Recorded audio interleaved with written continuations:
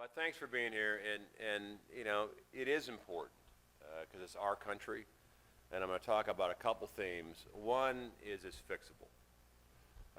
You know, there's a lot of frustration out there. I get it. They're watching our country fall apart in chunks, but it is absolutely fixable. But it's going to be up to us to fix it. So, from my perspective, I spent, I'm from Montana. If you don't know who I am, I'm from Montana. Grew up there, served in the military. I was commander at SEAL Team 6. Went back to Montana, became a state senator. Was a congressman, and then President Trump asked me to be his Secretary of Interior. My beautiful wife is with me. I'm the only secretary, by the way, that brought their wife in for the interview. And it was interesting. So every time after that, we'd go in and we'd see the president, and Lola and I were together. He'd go, Lola, how are you? He'd look over at me, hi, Ryan, Lola. But Lola was first on the Trump train.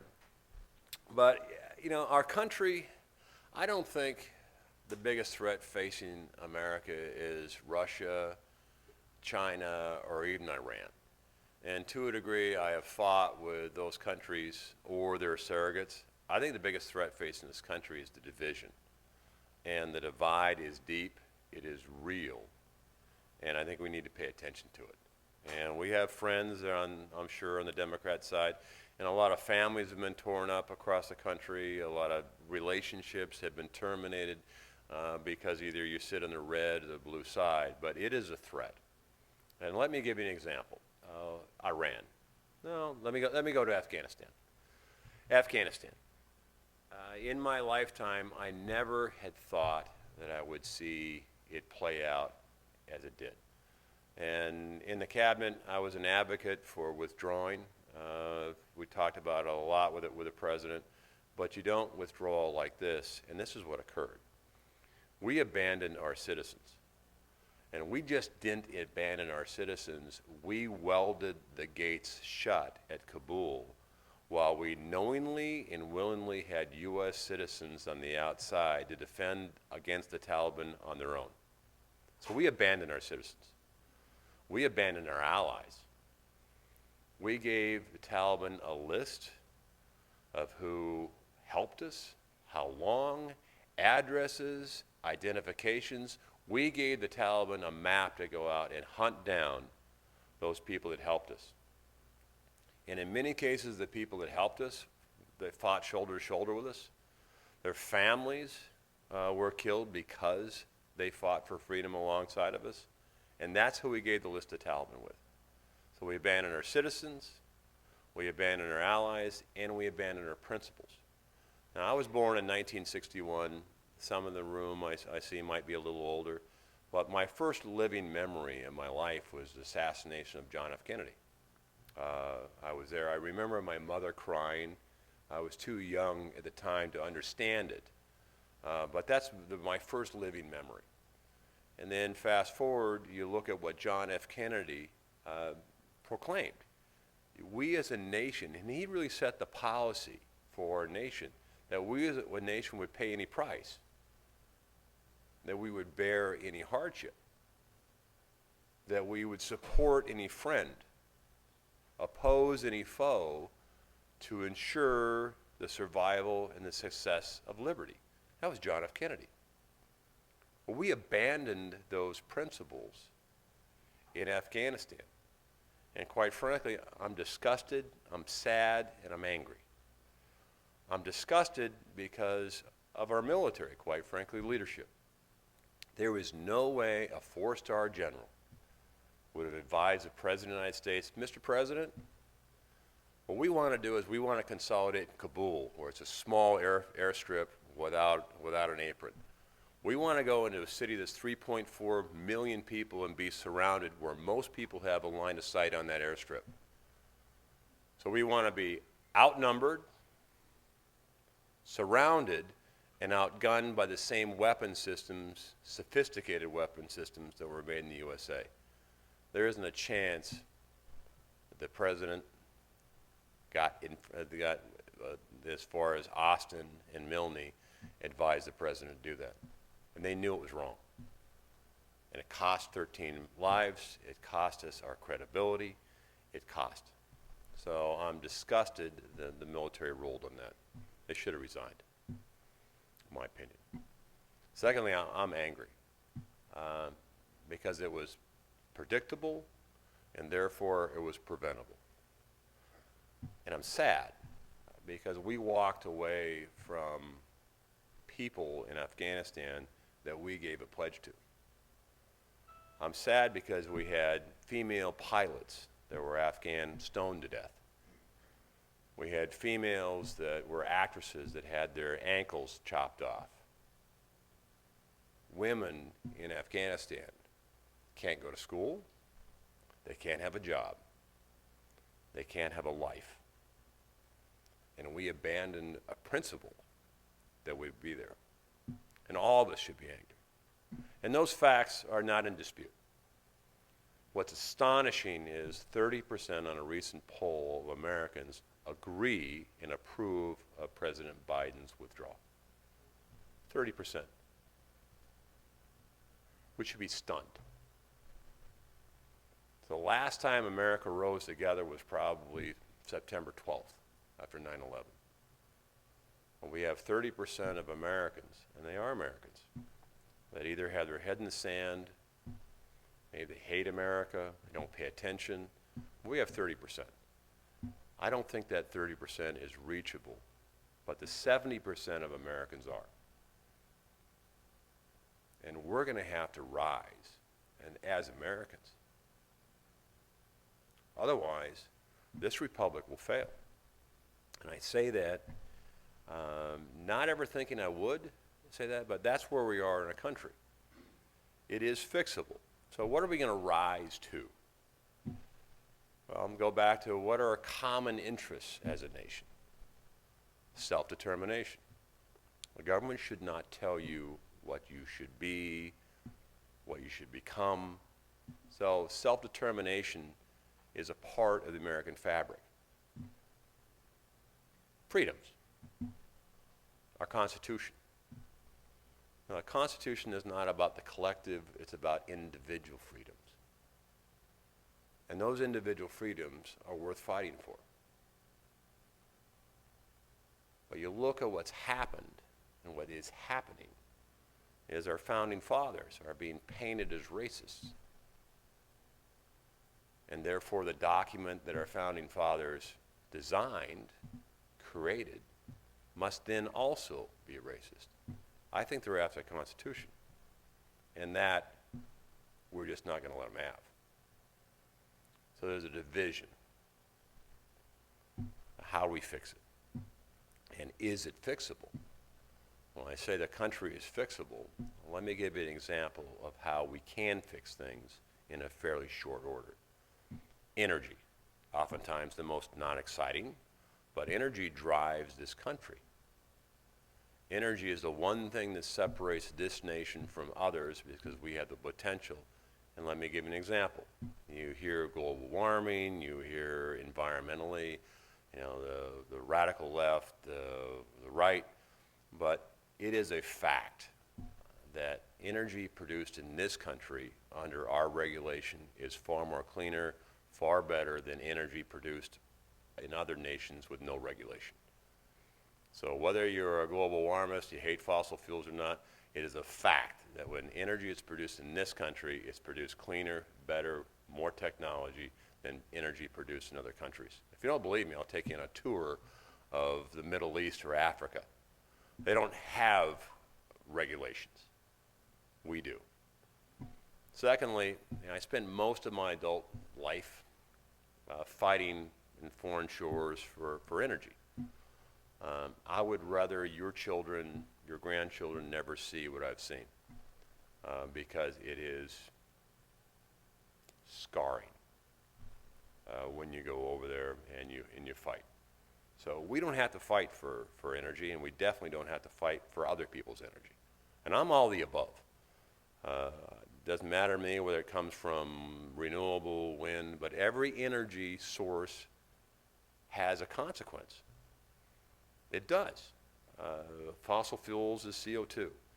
You have solar, people are talking about these 500-mile solar farms. Well, that's 500 miles normally of federal land that you're not going to hunt on, you're not going to recreate on, you're not going to habitat. It's single use. I always thought the best place for solar, quite frankly, is on a roof of a house. It's already fouled ground. And we'll figure out how to make sure it's all has conductivity on it. But wind. What happens when the wind doesn't blow? Wind chops up a lot of birds. Somewhere 750,000 or so. And wind, no one likes to look at it. Someone else's yard has wind. And I can tell you a number of courses on the East Coast. And by the way, when I was the secretary, we leased the largest offshore lease for wind in this country's history. So again, we weren't oil and gas centric, we were just made in America centric.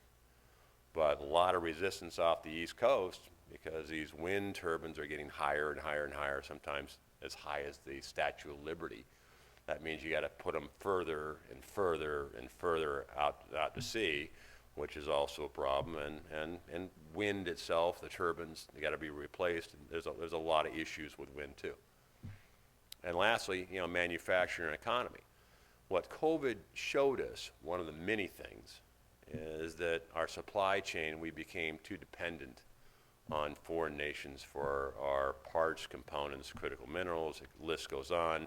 Who would have thought that all gowns that are in the surgeon's office were made in China? Well, they were. So when COVID happened, we didn't have enough gowns to be distributed in the hospitals, and a lot of the surgeries, even required surgeries, had to be delayed because we didn't have the equipment, and it goes through. So manufacturing critical components in this country is a part of national security. But when you're beholden to someone else's energy, that's a problem. And then when the energy prices are too big, because you look at manufacturing, the components of a manufacturing, right? You have commodities, and the price of steel in South Korea is probably about the same as what it is in Pittsburgh.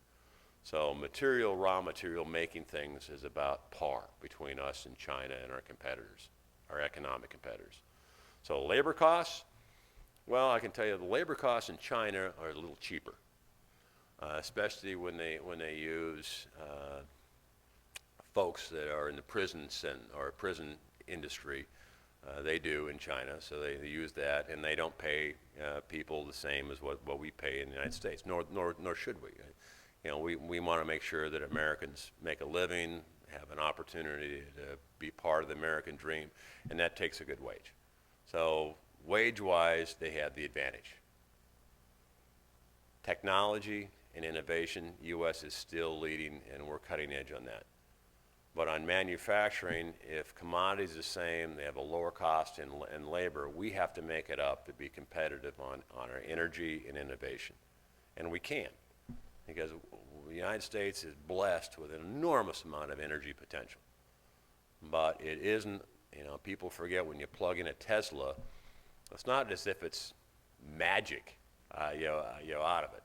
And you look at these rolling brownouts that are happening in California. It got so bad that the United States Navy fleet that's sitting in San Diego had to go out to sea because they couldn't get the shore power.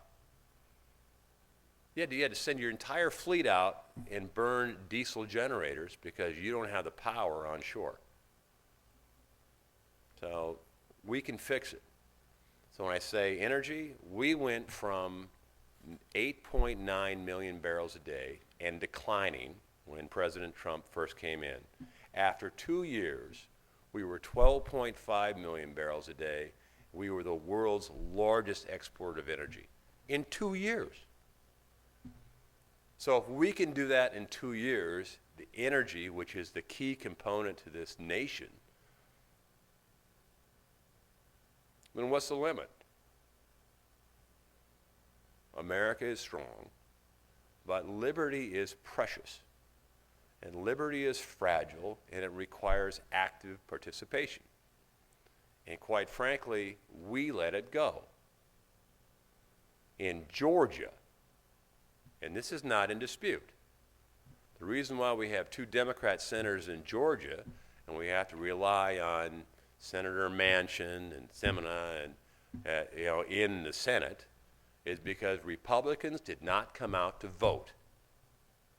You look at the presidential election and they look at the Senate election, the special election, it is not in dispute. We didn't do our job, and it cost us. In Montana, we always say Republicans tend to circle the wagons and shoot in. You don't win a lot of wars shooting in. Get online, shoot in this direction because the opposition we face is formidable and well organized. Clearly, they are formidable and well organized. Our counter is 70% of the country is with us if we can articulate a message. And true, there are some Republicans that are problems, and as Republicans, they do more damage as Republicans than they do helpful. And again, giving a Montana analogy, they need to be carved out of the herd because they're sniping and shooting us in the back, and that's unhelpful. But we as Americans, and look, I'm a former SEAL Team 6 guy. I don't really care whether people are Republican, Democrat, Independent. I've never asked. I don't really care. What matters to me is you love our country, you support the Constitution, and you want to make sure our country and republic survives based on our values.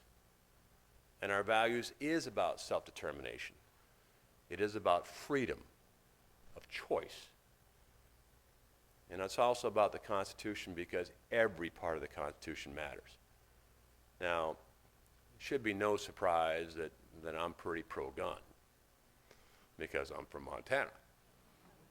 But there are limitations. You probably should get a permit if you're going to have a 105 howitzer. That seems reasonable to me. But you look at these strikes against the Constitution, all right, they are trying to erode either the Second Amendment and the First Amendment. And what about free speech? Do you think that the information oligarchs that are emanating from San Francisco that are able to censor the President of the United States, I'm talking Donald J. Trump, they're a threat because they're censoring conservatism, they're biased, and quite frankly, most Americans aren't political. Most of America, wants to go to work.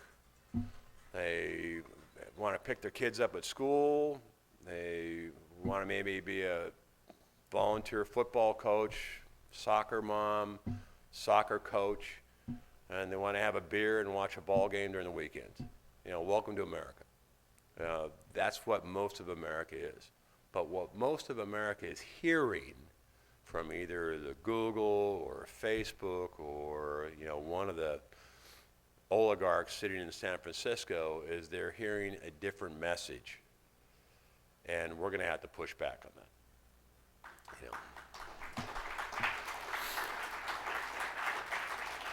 And then people ask me about the election. Is it COVID? COVID gave a great opportunity, a runway for tomfoolery. So because of the COVID movement, you had normal election processes be changed, modified. Some went around legislatures. You had the courts involved. That remains an issue. And then, of course, you have President Trump himself. Some people love President Trump. I'm in the love category. My wife's in the big love category. But some people hated him. Matter of fact, some people hated President Trump more than they loved this country. And they didn't vote for Biden, they just voted against President Trump. And some people did. But in 2022, we don't have President Trump on the ticket, so we still have the media against us. We have some of the residue from COVID-19. Now it's about candidates and message. As that we have really, really good candidates, and let me give you a little inspiration. As I also am chairman of SEALPAC.org, there are 7 SEALs and 3 special forces warriors that are all running for the House of Representatives this cycle. Wow. So imagine that. Imagine 2 fire teams of warriors that don't flinch showing up in the House of Representatives. Now, in our history, World War II, we had a lot of veterans coming back. This is exciting. This is enough for me to run in Montana again, because I may not be able to control these guys, but just to watch them is going to be fun. Lastly is this, you're probably getting hungry. I wouldn't run, and I'm running again in Montana because we need 5 seats. And so, as it turns out, Montana got on this seat. And so I'll run, I'll do my duty. We'll win in Montana. And then, but on the backside of it, you have to lead. So it isn't going to do any good just to flip the switch from blue to red or red to blue. Because our country is kind of like in a boat where half the groups rowing one way, the other groups rowing the other way, and we're spinning in circles. We're adrift as a nation. We're not looking at the challenges that face this country. And there are challenges that face this country, and there are challenges to Americans, all of us, because we rise and fall in the same tide. If America fails, everyone fails. And so we have to lead. And when it comes to leadership on the Republican side of the aisle, we can't circle the wagons and shoot in anymore. In the House of Representatives, it takes 218 votes to pass a law. We need 218 Republicans to vote to pass the law when we have the majority. And when Republicans don't vote together, what happens is, on must-pass bills, and there are must-pass bills, then you got to go over the other aisle. And it's kind of like whiskey. If you got 218 folks, your whiskey's good and it's pure. But every time you go over the other side of the aisle, you dilute it. And if you got to get 30 votes, you're drinking tea. So Republicans, we have to lead. And that means, I don't care if the chairman have to lock Republicans in, so you're not going home until we fix this thing. But the more you go to the left on a bill, you lose the right side, the right flank, what I call the Republican Party, because a lot of times they can't vote for it because you violated a principle. And there's no such thing as a perfect bill, but you got to figure it out. And that's what leadership needs to do. Because we should we should articulate a message that resonates with America, and I think our message does. We're blocked sometimes by the media, but I spend a lot of time traveling across America, and America's not socialist. America still loves our principles. We still love the Constitution. We still enjoy the freedoms, but freedom itself is fragile, and I think President Reagan may have said it best, that we're only one generation from failing. So it's fixable. It's going to take active participation. And the last part is not all politics are national, is we kind of let our school boards go too. So that's an issue.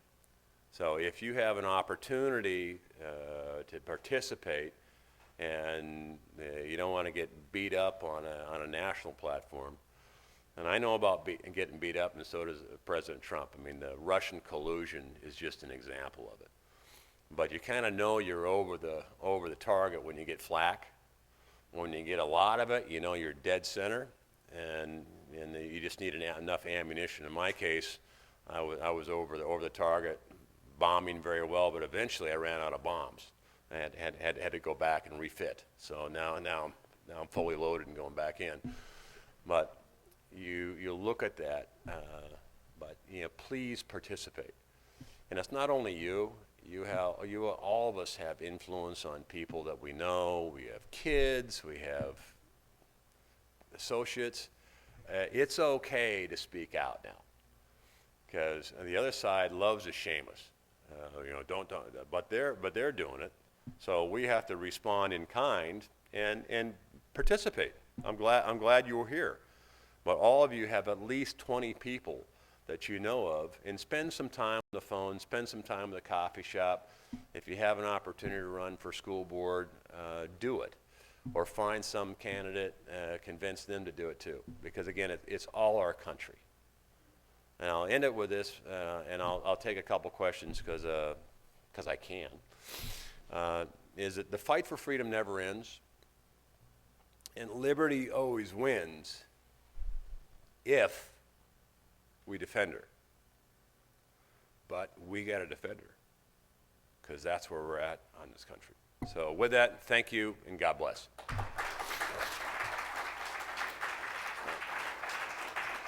So I'll answer a couple of real quick questions. My staff always hates it when I answer questions, but hey, I can. So if there's any questions, yes, sir. Well, it's been said many times that the two biggest things facing America today are our borders and our elections. And addressing the elections, how can we, going forward, how can you tell this audience how they can be involved in election integrity? And what is your recommendation to the folks in the audience? All right. Get involved. I talk to Tommy Hicks all the time, and he's a co-chair of the RNC. It's a concern across the board on election integrity. And it is a concern, manipulation, the databases. We face a very sophisticated opposition.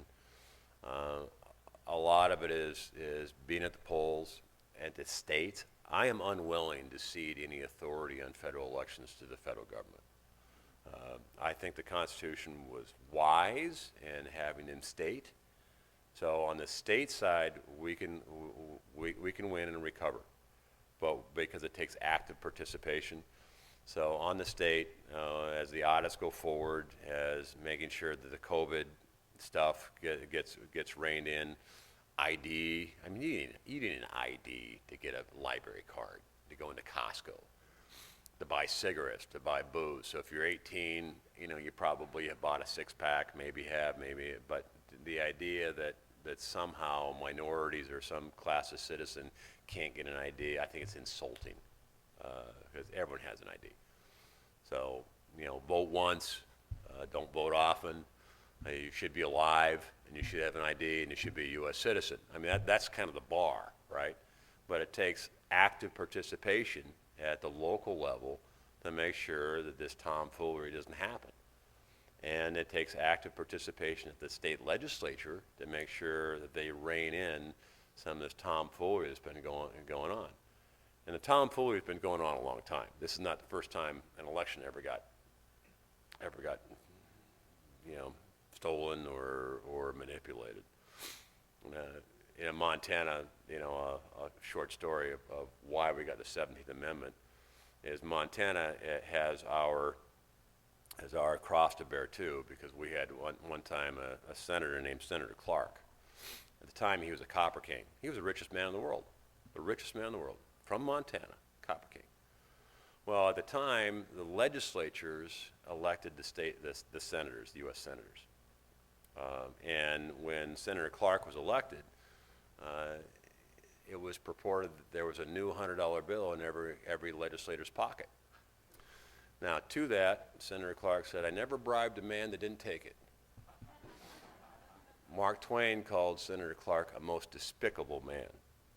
But because of his greed, we got the 17th Amendment, which changed the balance of power and how we elect our federal representatives. And had his greed not shined so brightly, today there would be about 70 Republican senators serving in this nation.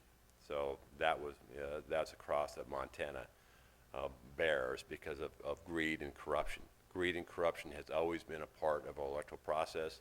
It's up to the people to take control of it. And remember, it's the states that gave the federal government the power and not the other way around. So the states have to rise to include the great Commonwealth of Virginia. The rest of the states are counting on you. Yeah. Yes, sir. Yes, Secretary.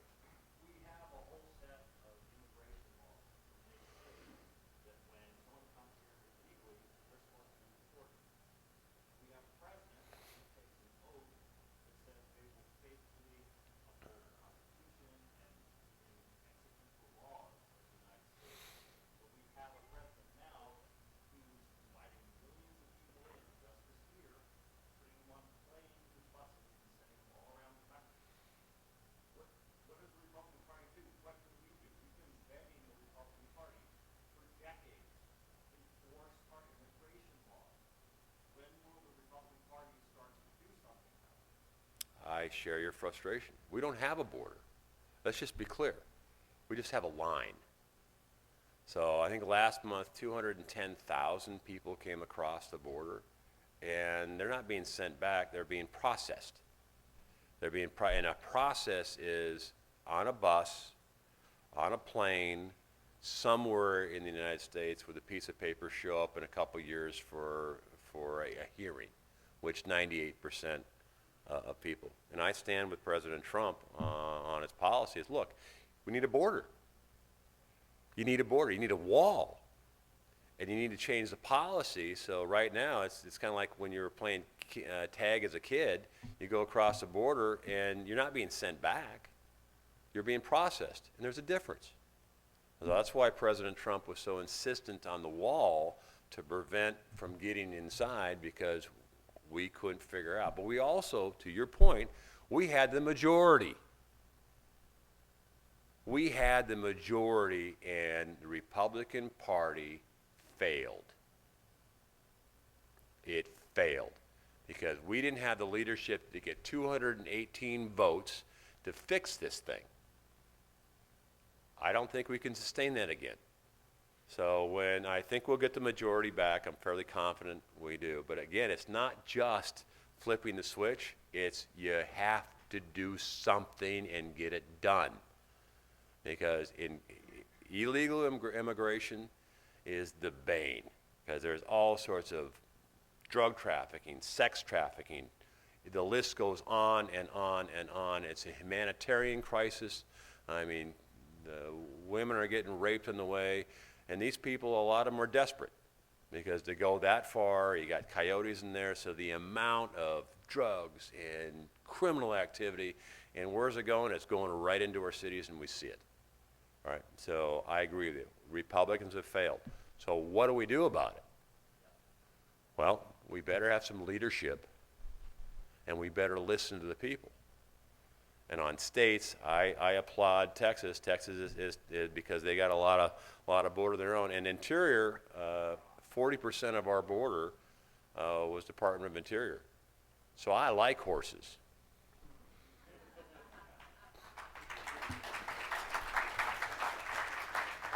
Yes, sir. My name is Bruce Whalen. I'll be speaking here tomorrow, so make sure you show up at 10:30. There you go.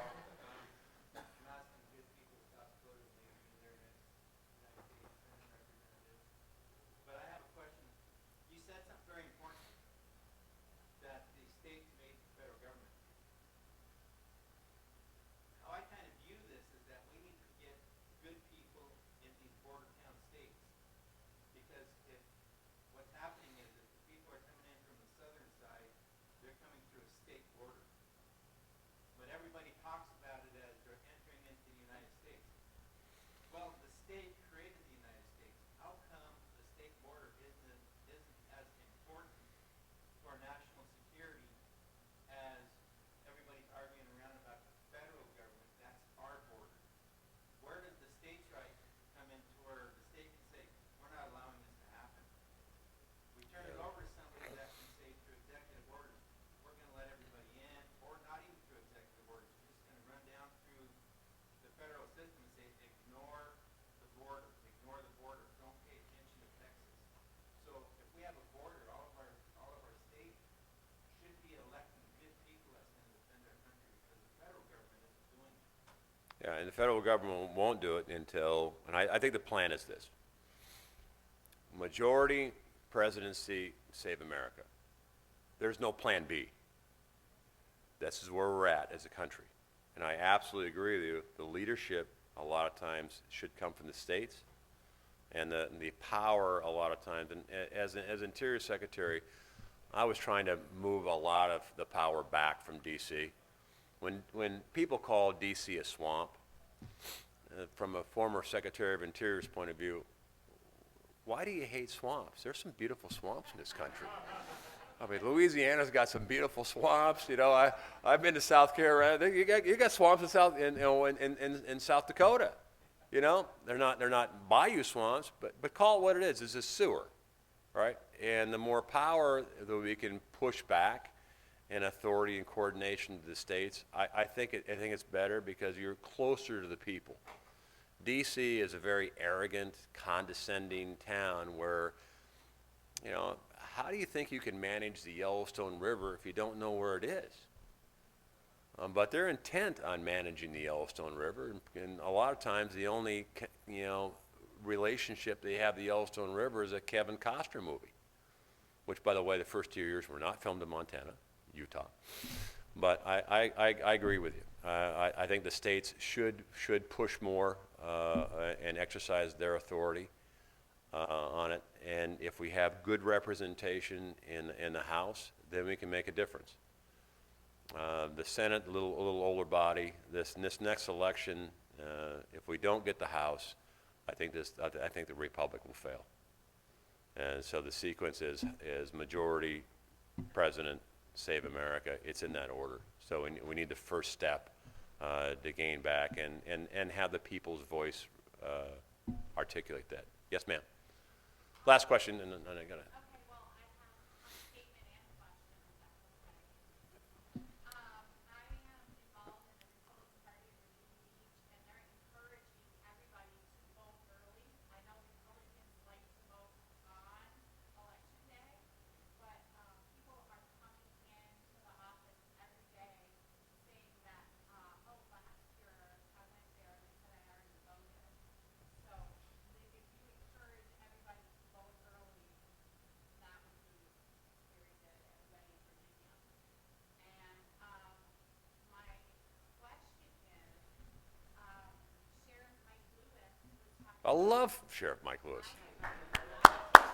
You know, one thing about sheriffs is they're elected, right?